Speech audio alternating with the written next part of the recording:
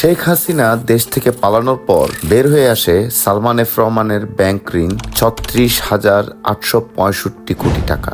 বিপুল পরিমাণ অর্থ দেশের বাইরে পাচার এবং আর্থিক খাতে অনিয়মের বিভিন্ন অভিযোগকে কেন্দ্র করে তার বিরুদ্ধে অনুসন্ধান করছে সিআইডির উচ্চপদস্থ সূত্র বাংলা আউটলুককে জানিয়েছে, প্রাথমিকভাবে সালমান এফ রহমানের বিরুদ্ধে ৩৩,৪৭০ কোটি টাকা বিদেশে পাচারের অভিযোগ রয়েছে। গত ১৫ বছরে ৭টি ব্যাংক থেকে ঋণের মাধ্যমে তিনি এই অর্থগুলো তুলে নিয়েছেন। প্রশ্ন হলো, বিপুল পরিমাণ পাচারকৃত এই অর্থ সালমান এফ রহমান কি করেছেন এবং কোথায় বিনিয়োগ করেছেন? লন্ডন জুড়ে তার একমাত্র ছেলে আহমেদ শায়ান ফজলুর রহমান এবং তার ভাতিজা আহমেদ শাহরিয়ার রহমানের মালিকানাধীন ৮৪৬ কোটি টাকার ফ্ল্যাট বাড়ি নিয়ে অনুসন্ধান করলে আঁচ করা যাবে এই বিপুল অর্থ তিনি কি করেছেন। আর সালমান এফ রহমানের ছেলে এবং ভাতিজা দুজনেই ব্রিটিশ নাগরিক।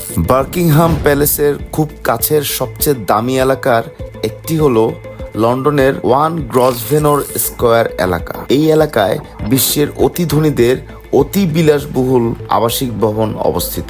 ২০২২ সালের ৭ই মার্চ এই ঐতিহাসিক আবাসিক ভবনের দ্বিতীয় তলার একটি অ্যাপার্টমেন্ট ৪১৬ কোটি ২২,৭০,০০০ টাকায় অর্থাৎ ২৬.৫ মিলিয়ন পাউন্ডে বিক্রি হয়। এই ভবনটিতে ২৪ ঘন্টা ৫ তারকা হোটেলের সুযোগ সুবিধা এবং সর্বোচ্চ নিরাপত্তা ব্যবস্থা আছে। এর ক্রেতা হলেন ব্রিটিশ ভার্জিন আইল্যান্ডসে নিবন্ধিত 1 গ্রসভেনর স্কয়ার নামের একটি কোম্পানি, যার সুবিধাভোগী হলেন সালমান এফ রহমানের ছেলে আহমেদ শায়ান ফজলুর রহমান। সবচেয়ে বড় কথা, এই অ্যাপার্টমেন্টেই লন্ডনে শায়ানের একমাত্র স্থাবর সম্পত্তি নয়, লন্ডনে তার আরো সম্পত্তি আছে। এই 1 গ্রসভেনর স্কয়ার থেকে মাত্র ৩৫০ মিটারেরও কম দূরত্বে 17 গ্রসভেনর স্কয়ারে ১৭ শতকের একটি বাড়ি আছে, যেটি বিলাসবহুল অ্যাপার্টমেন্ট কমপ্লেক্সে রূপান্তর করার কাজ হচ্ছে। ২০১০ সালের ২৫শে জুন এই ঐতিহাসিক ভবনের ৬ষ্ঠ তলার একটি অ্যাপার্টমেন্ট ৭২ কোটি ১৩,৪৩,০০০-এরও বেশি টাকায় ক্রিকল্ড ভেঞ্চার নামের একটি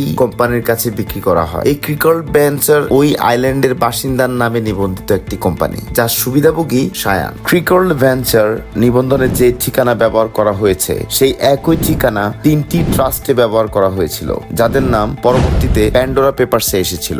লন্ডনে শায়ানের আরো একটি বাড়ি আছে, সেটি হচ্ছে লন্ডনের গোল্ডার্স গ্রিনের অভিজাত পাড়ায় অবস্থিত।